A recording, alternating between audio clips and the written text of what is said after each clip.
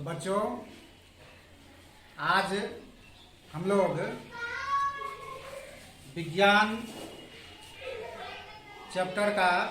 विज्ञान का छठा चैप्टर पौधों में पोषण पढ़ेंगे।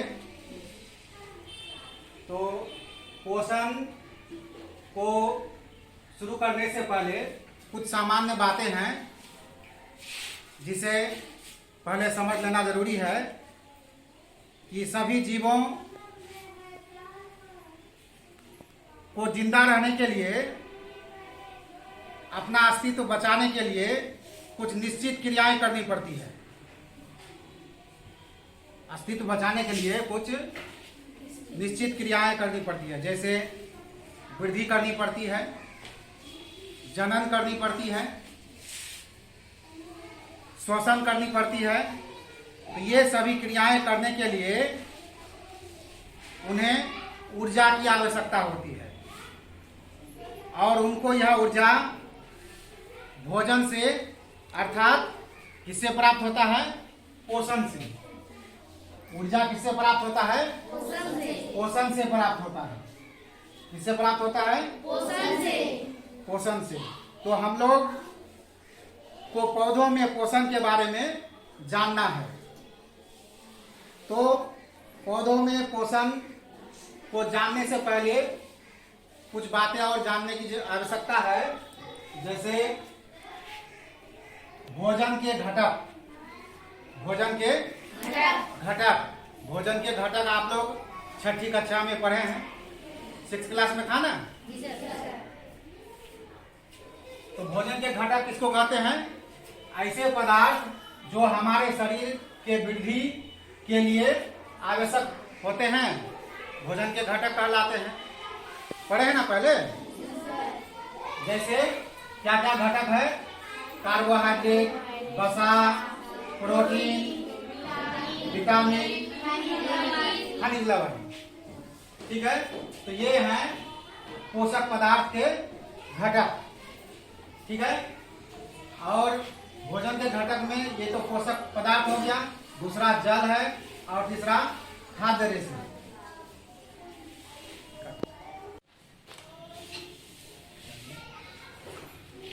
अब देखिए पोषक पदार्थों के कार्य। पोषक पदार्थ का क्या काम है, क्या कार्य है, इसके बारे में जानना है। सबसे पहला है, कार्य करने के लिए ऊर्जा प्रदान करता है। कार्य करने के लिए कोई भी काम करते हैं तो उसके लिए ऊर्जा की आवश्यकता होती है ना। तो पोषक पदार्थ जो है क्या करता है? ऊर्जा प्रदान करता है, एनर्जी उत्पन्न करता है। और दूसरा पॉइंट क्या है? वृद्धि के लिए शरीर को पोषक तत्व प्रदान करता है। शरीर में वृद्धि के लिए जो है, जो पोषक तत्व चाहिए वह पोषक तत्व प्रदान करता है। पोषक पदार्थ जो है पोषक तत्व प्रदान करता है। और तीसरा क्या है? शरीर की मरम्मत करना। पोषक पदार्थ हमारे शरीर की मरम्मत भी करता है। कहो कैसे? कि अगर हम पोषक पदार्थों को ग्रहण नहीं करें, खाना पीना नहीं खाएं, तो क्या होगा? हम बीमार पड़ जाएंगे। अगर हम सभी पोषक तत्व सही ढंग से लें तो हमारा शरीर बिल्कुल स्वस्थ रहेगा, मतलब शरीर को रोग होने नहीं देगा। कहने का मतलब यह शरीर का मरम्मत करता है। अब चौथा पॉइंट क्या है? हमें स्वस्थ रखने के लिए विभिन्न रोगों का बचाव। देखो आ गया, वही पॉइंट आ गया ना। अगर हम यह जो है पोषक पदार्थ शरीर को स्वस्थ रखने के लिए रोगों से बचाव करता है, रोगों से कोई भी बीमारी होने से बचाता है। रोग आते हैं पोषण में। तो पोषण जीवों द्वारा भोजन ग्रहण करने एवं इसके उपयोग की विधि को पोषण कहते हैं। तो पोषण में दो बात आता है, एक क्या हो गया भोजन, भोजन को खाना मतलब भोजन ग्रहण करना, और दूसरी उपयोग मतलब शरीर में लगना या उपयोग। तो भोजन को खाना और शरीर में लगना, यही दो बात पोषण में आता है। तो भोजन को खाना और शरीर में लगना ही क्या कहलाता है? पोषण कहलाता है। क्या कहलाता है? पोषण कहलाता है। आया समझ में? एकदम शॉर्ट में है। अब है पोषण के प्रकार। पोषण के प्रकार, इसमें सबसे पहला है क्या है? क्या लिखे हैं? स्वपोषण।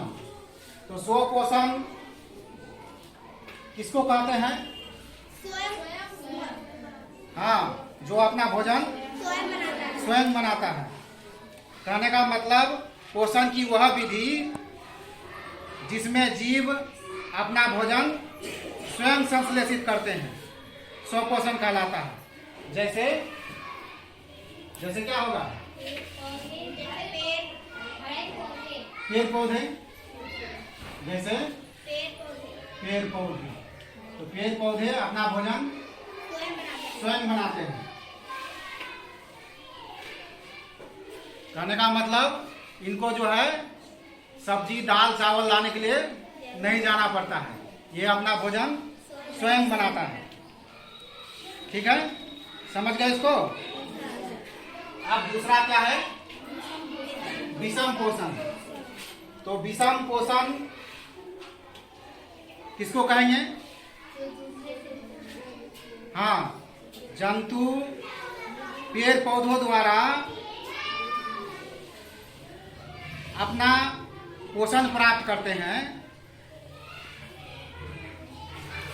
जंतु पेड़ पौधों से अपना पोषण प्राप्त करते हैं और अन्य जंतुओं से भी, इसलिए इन्हें विषम पोषी कहते हैं और यह क्रिया विषम पोषण कहलाता है। आया समझ में? कहने का मतलब विषम पोषण का मतलब हुआ कि कोई भी जंतु जो है अपना पोषण किससे करता है? पेड़ पौधों से करता है, पेड़ पौधों पर निर्भर रहता है। ठीक है? अब बच्चों, अब एक सवाल है कि पेड़ पौधे अपना भोजन कैसे बनाते हैं? कैसे बनाते हैं? प्रकाश संश्लेषण के द्वारा। तो प्रकाश संश्लेषण में दो शब्द है, पहला है प्रकाश और दूसरा संश्लेषण। तो प्रकाश का मतलब क्या होता है? रोशनी। और संश्लेषण का मतलब निर्माण करना। मतलब प्रकाश की उपस्थिति में भोजन का निर्माण। प्रकाश संश्लेषण का मतलब क्या हो गया? प्रकाश की उपस्थिति में भोजन का निर्माण। तो और फिर एक सवाल है कि पौधों को प्रकाश संश्लेषण क्रिया करने के लिए क्या क्या चाहिए? जैसे हम लोग को भोजन या हम लोगों को पोषण के लिए सब्जी दाल चावल तेल मसाला खरीदते हैं ना, तब हमारा जो है पोषण के लिए भोजन बनता है, तब ना भोजन बनता है। तो उसी तरह पौधों के, ये तो जान गए कि पौधे अपना भोजन किससे तैयार करता है? प्रकाश संश्लेषण के द्वारा। तो प्रकाश संश्लेषण करने के लिए क्या क्या चाहिए? क्या क्या सामान चाहिए उसको? तो ये क्या क्या सामान चाहिए? तो पहला है सूर्य का प्रकाश। पहला उसको क्या चाहिए? सूर्य का प्रकाश चाहिए। तो सूर्य का प्रकाश उसको कहाँ से मिलता है? सूर्य से मिलता है। सूर्य के द्वारा सूर्य का प्रकाश मिलता है। दूसरा क्या है? Carbon dioxide. उसको क्या चाहिए? और कार्बन डाइऑक्साइड। कार्बन डाइऑक्साइड कहाँ से प्राप्त करता है? संश्लेषण के लिए क्या क्या चाहिए? सूर्य का प्रकाश, कार्बन डाइऑक्साइड और जल चाहिए। सूर्य का प्रकाश कहाँ से प्राप्त करता है? सूर्य से प्राप्त करता है। और कार्बन डाइऑक्साइड वायु से। जल जल कहाँ से प्राप्त करता है? मिट्टी से। जल कहाँ से प्राप्त करता है? मिट्टी से, मृदा से।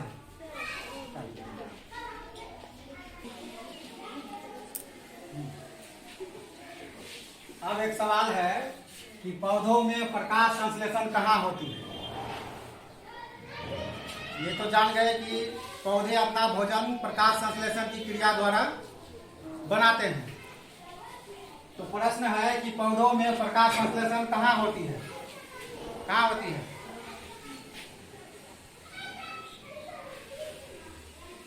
कहाँ होती है?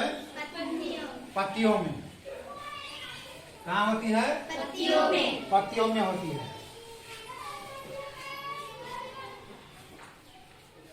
तो घर का पता चल गया। कहाँ होता है? खाना कहाँ बनता है? पत्तियों में। और खाना बनाने वाला सामान का भी पता चल गया। क्या क्या? सूर्य का प्रकाश, जल। सूर्य का प्रकाश, कार्बन डाइऑक्साइड और जल। हमारे पास सामग्री आ गया। और कहाँ बनाना है? कहाँ बनाना है? बनता है कहाँ? पत्तियों में। ठीक है। जिस तरह हम लोग घर में जाने के लिए दरवाजा होता है ना, घर का दरवाजा, ये दरवाजा है ना, दरवाजा से हम लोग आते हैं तब ना खाना बनता है। तो पौधों में, पौधों की पत्तियों में ये कार्बन डाइऑक्साइड जाएगा। पत्तियों में कार्बन डाइऑक्साइड जाने के लिए दरवाजा होता है। होता है दरवाजा। पत्तियों में भी दरवाजा, जब तब दरवाजा होगा तब ना जाएगा। पत्तियों में दरवाजा होगा तभी कार्बन डाइऑक्साइड अंदर जा पाएगा। तो पत्तियों में जाने वाला दरवाजा किसका जाने वाला? Carbon dioxide. तो कार्बन डाइऑक्साइड जाने वाला दरवाजा, कहने का मतलब पत्तियों में छोटा छोटा छिद्र होता है, वही है दरवाजा। समझे ना? उसी दरवाजा के जरिए जो है पेड़ पौधे में कार्बन डाइऑक्साइड प्रवेश करता है। समझ में आया? कार्बन डाइऑक्साइड प्रवेश करता है। कहने का मतलब पत्तियों की सतह पर छोटे छोटे छिद्र होते हैं, जिसे क्या कहते हैं? रंध्र कहते हैं। क्या कहते हैं? रंध्र।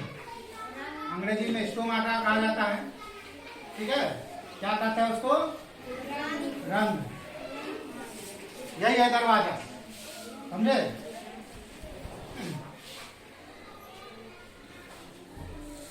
समझ में आया? तो पादप कोशिकाओं में सूक्ष्म संरचनाएं होती है।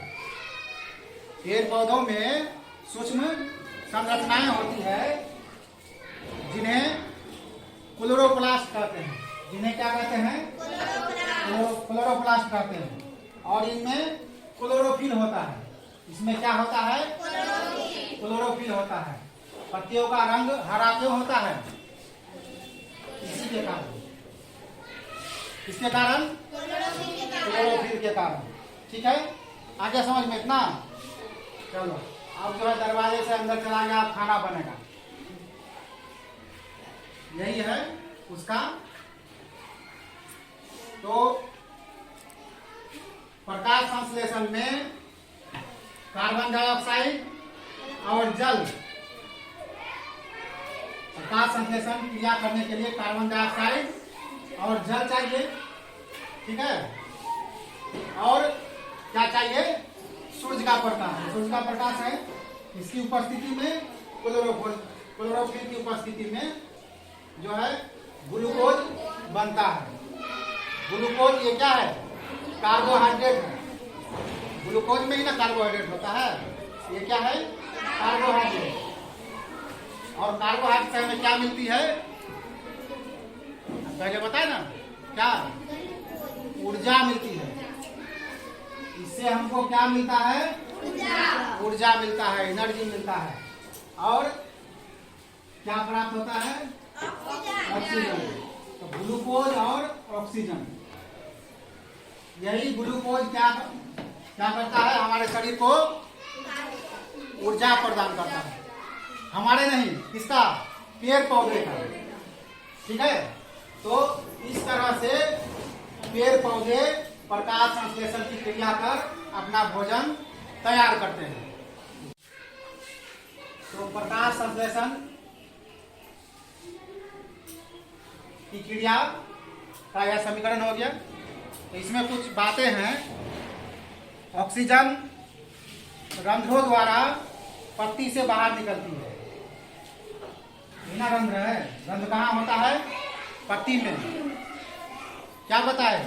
मतलब ऑक्सीजन जाने वाला जो दरवाजा होता है, छोटा छोटा छिद्र होता है पत्तियों में, मतलब वो दरवाजा होता है जिससे कार्बन डाइऑक्साइड जाता है, और उसी दरवाजे से क्या बाहर निकलता है? ऑक्सीजन बाहर निकलता है। आया समझ में? उसके बाद दूसरा है ग्लूकोज पौधे को पोषण देता है। ये ग्लूकोज बना ना, क्या बना? ग्लूकोज, यही ना पोषण देता है, इसी से ऊर्जा मिलती है।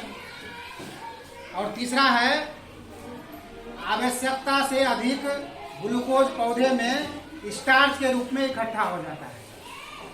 अगर आवश्यकता जितना हमको जरूरी है ग्लूकोज का, उससे ज्यादा अगर मिल जाता है तो यह कहाँ पर जाके इकट्ठा होता है? स्टार्च में। कहाँ इकट्ठा होता है? स्टार्च में जाकर इकट्ठा होता है। तो आगे समझ में, पौधों में पोषण किस तरह से होता है समझ में आ गया? ठीक है, धन्यवाद। बहुत ज्यादा हो गया।